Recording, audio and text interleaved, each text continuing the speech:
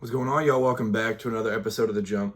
I just wanted to hop on here and talk a little bit about this college football coaching carousel because I filmed a Lane Kiffin video yesterday, but a ton has happened since then because Lane Kiffin announced he's going to LSU and then the floodgates opened for the college football coaching world. So the Lane Kiffin situation got very, very ugly at the end. I think it's the best word to use.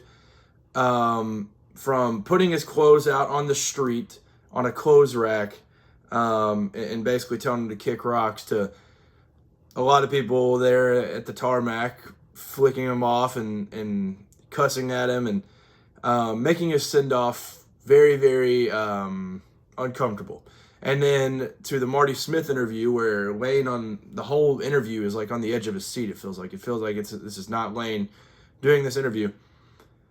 All the way to just the entire internet going crazy on the Ole Miss side, talking with LSU. The whole ending was ugly for Lane, for coaches, for all parts of the entire thing. And it all sucks because you feel bad for those kids.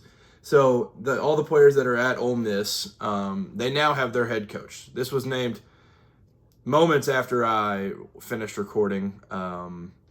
And it's Pete Golding, the DC that's been there. And when you think of Ole Miss, you kind of think about Lane throwing his clipboard up in the air and they score 65 points and that's kind of. But their defense has been solid, not necessarily every year, but they've consistently been pretty solid. And I think when you hire a guy like Pete Golding, that you hire in house, you keep a good thing rolling. And that's why I think it was an obvious hire. When I think they were gonna pivot and like fire after John Summerall to go take that job, John Summerall at that point was already headed to Florida. It had already gotten so far in contract negotiations and all that stuff. That Pete Golding was the obvious hire. I don't know who else you think you should go get, but I feel like Pete Golding is the man for it. He is a man that saw an opportunity when Lane Kiffin left, and he jumped on that immediately, and I love it. And I think that's what's interesting is I forgot the YouTube name of the guy that commented on the last Lane video that I'd posted, but he said America's team is Ole Miss in these playoffs, and that's true. And Pete Golding is a very, very easy guy to root for.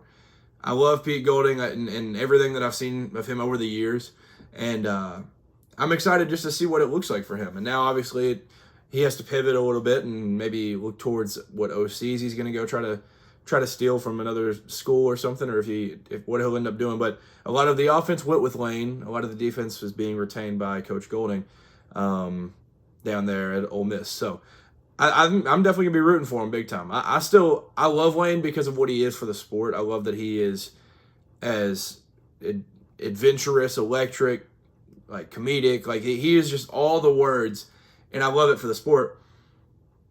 Pete Golding is not that. But I love the hire for both schools. Like I still love Lane. I love Pete Golding. I'm going to be rooting for him and his team and everything throughout these playoffs. So it's going to be fun to see what the Pete Golding era. And the one thing that I want to note is shout out to Andy Staples, one of the goats of college football media. He had pointed out the last time that a top 10 school had their head coach leave, they immediately promoted their defensive coordinator. It worked very, very well. Notre Dame. Brian Kelly leaves. Marcus Freeman gets that nod immediately, and they get rolling. And they were obviously already up in the college football playoff national championship a couple years in. So I'm not saying it's going to be the exact same thing, but Andy Staples brought that up, and it was like, well, that's very interesting. Like a guy that's immediately hired, the university feels some type of way about that type of guy. So, and you could see the reaction, and I can't remember what the saying was that he said in his immediate press conference, but it was saying that like we're not just changing the way that this is running, we're just fine tuning it, and like he's just saying he's not going to change the complete like overall look of the program. He's going to keep it going and hopefully get them on to bigger and better things and maybe go win a national championship right away, which that would be some all-time college football stuff right there if he goes and wins a national championship. But I love the hire. I love the hire for Lane Kiffin to LSU. Go look at the LSU video if you haven't yet, and hear some of my thoughts about that. And Lane's about to do some crazy things down there, though. That's for sure. That is for sure, because he's like, I think they're guaranteeing upwards of $20 million a year for just NIL, just to build the roster. He is about to do some crazy things down there in Baton Rouge. Other than that, in the order that they went in, it was Ryan Silverfield announced to Arkansas. Now, this one of all the coaching hires has been the most negative. It's an interesting one, but I think, personally, I think it's going to age pretty well. Now, Sam Pittman didn't have the buy-in that the basketball side has always had. And they've even had more since they hired John Calipari. But even with Eric Musselman, they had the buy-in, they had all that stuff. Sam Pittman never, not that he was dealt a bad hand, but it wasn't necessarily that like they were all bought in and locked in on making sure their football program was succeeding. And I think if that is the aspect of it where these donors pitch in the money, I think Ryan Silverfield will do incredible things there. And he's familiar with the area, with recruiting. I think it's gonna be a great fit. Now, it's definitely the most negative of all the coaching hires. Arkansas fans are thinking this is completely over.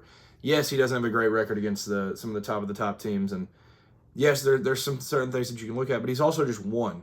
He's just a winner, and he's one of the hottest names in the country. And yeah, he kind of lost grip of the AAC, but his team was in the mix for that for the entire year. So once he gets to Arkansas, he has a lot more talent around him. I'm excited to see what he can do. I think it's a good hire for Arkansas. The next one was Alex Golesh to Auburn. Auburn, I think, overall, out of what I've seen and who I've talked to and stuff, I feel like they're pretty happy with the hire. It's not the most exciting hire in the world because it's not the biggest name. It's not the dominate the press conference type of hire. I think they win the press conference with it because they're going to get some fun. They're going to win some games, and he's going to be able to recruit. Alex Golesh is an exceptional dude overall. He's gonna kill it there, and I think he's gonna get them over the hump where this season they had so many games where it was like, oh well, they were leading going into the fourth and then they just sold it, and then like I feel like it's gonna be over the hump, but not even just succeeding in those plays where we're late in the Alabama game. All they need is a first down. I think they're gonna be. I'm not saying they're going to go out and beat Alabama, but I'm saying in the other games like those where they're just close and like they need to get over the hump, they may not even be in that situation because of how much talent he's going to have and what he's going to do with that talent. They're going to be winning a lot of ball games very, very soon on the Plains. And he is coming from a place that didn't win a whole lot. USF, nobody's really succeeded there very much. Especially right before he got there. He goes there, win immediately. He ends up getting his starting quarterback hurt, wins 7 games. Now he's in the mix for the playoff in his next year. It's going to be awesome. The old veer and shoot, they're going to be tough. I mean, the play that comes to mind is the Byron Brown, I think it was the Boise game, like the first game of the year, where he like went out of his way to make sure he ran through somebody. Like that's what you're going to get. And you're going to get just some dogs down there. Now, I hope DJ Durkin is his like main priority that he retains, because I think there was part of Auburn's fan base that was like, just hire DJ Durkin. We'll keep some players. They play hard for him. He's an Auburn guy. Like people tried to pull him away and he stayed, all this stuff. Keep him.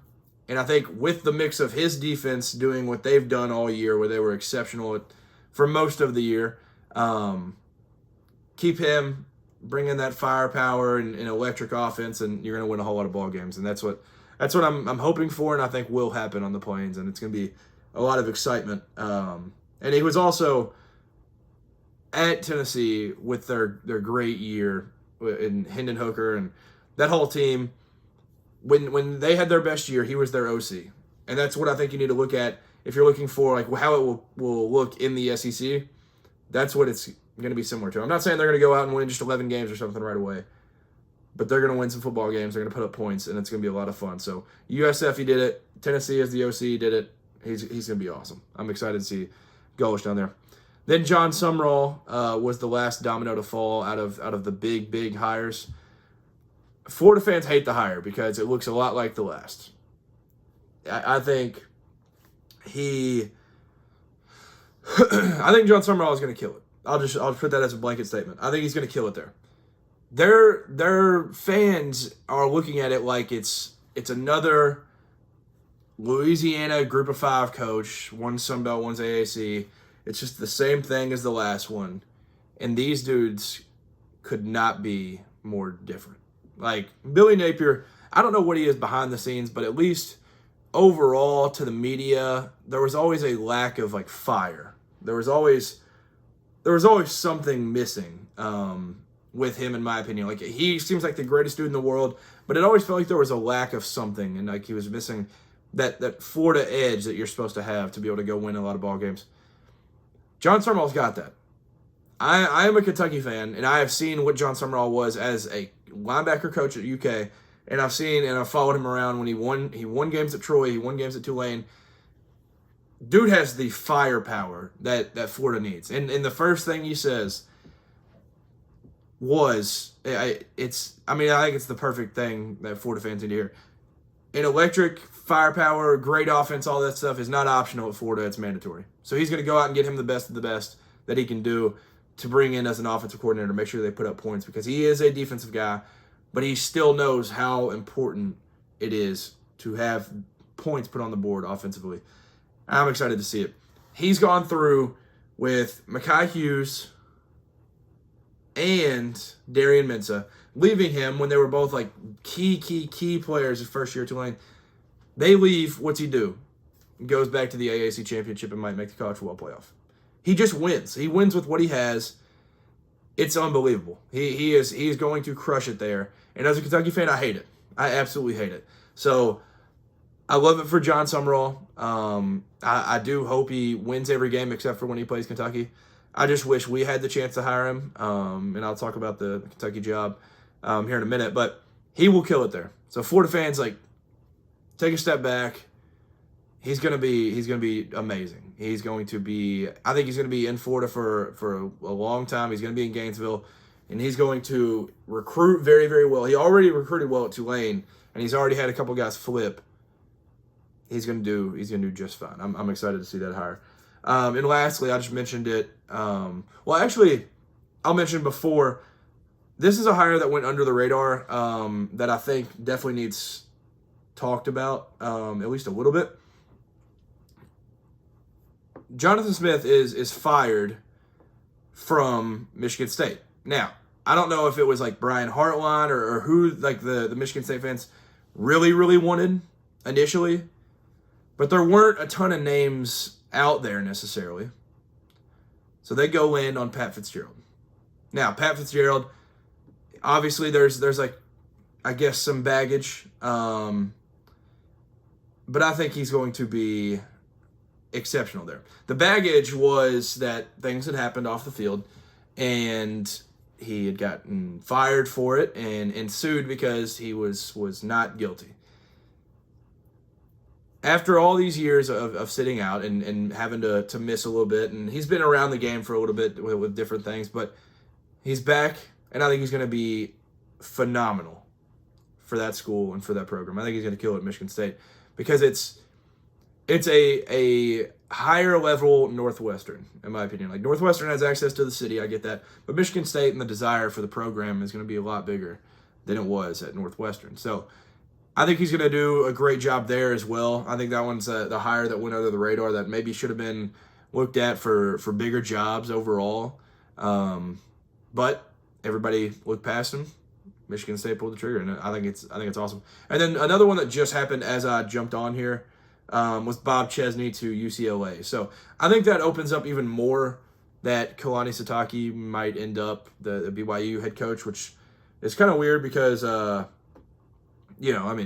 he's at his alma mater. But I think he might end up at that Penn State opening. I think that might happen next week. But Bob Chesney to UCLA, he's done nothing but win. He's been like all over the different levels of football, and he's won everywhere he's been. He goes to James Madison, he's got him 11-1 in year one. Right away. I think he's going to do great things at UCLA. he's got every aspect of the game. His team, you could tell from, obviously I was not watching when he was at the D2 level. I'm sorry. I'll admit that. But everybody has talked about like the grasp that he has on the program overall as just a leader. And he brought that to James Madison. You can see that. Awesome hire for UCLA. And I'm glad they got that done because he was one of the names that was looming and kind of floating around for a lot of different jobs and mainly that Penn State job. So credit to UCLA for getting that done. Lastly, I want to mention the one that was the firing last night at about 10 o'clock. Mark Stoops fired by the University of Kentucky. Now, as a Kentucky fan, I'll talk about this. Maybe you aren't super interested because Kentucky's not the biggest brand in the sport, but everything has gone super quickly with it. And Kentucky owed Mark Stoops with the firing north of $37 million, close to $38 million, due in 60 days. Now that made it nearly impossible to fire the man. But credit to Mark Stoops, a man that has loved Kentucky and flagged himself less than a week ago a Kentuckian. He makes it to where it can be paid over years, and that helps out the university tremendously. So he's gone, and there's part of me that's sad, but it was definitely time. Mark Stoops is out. The top two names, Brian Hartline, Ohio State offensive coordinator, and Will Stein, Oregon offensive coordinator. And as I'm filming this, from reports that have been sent to me, Will Stein might already be named the head coach. They had already talked this morning. This might be the fastest head coaching search ever. I know Pete Golding was hired in like minutes, it felt like, but that one is in-house. Mark Stoops is fired. We go outside of it, and Will Stein might already be the head coach. Now, he has ties to Kentucky. He grew up a Kentucky fan. He did play at Louisville, so it's a little weird, but he has ties to the state. He's familiar with the state. He gets all of that. And he's kind of, if you look at the top guys in the sport, like Kirby Smart, what was he before a head coach? DC. Ryan Day, what was he before a head coach? OC.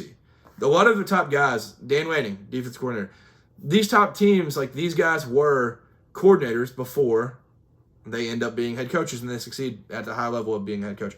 Now, all these group of five coaches, I think they will do great jobs. I just talked about all of them. I think all these are good hires. The Arkansas one is a little shaky, but I think he'll still do well. And it all depends kind of on the NIL situation. But they've all looked at these G5 guys and they've let these coordinators just go under the radar, whether it's Glenn Schumann, who's super young, Will Stein, who's super young, Brian Hartline, who's young. They've all got such bright futures, and they've been kind of groomed into a position to where now they're set free and they can go thrive elsewhere.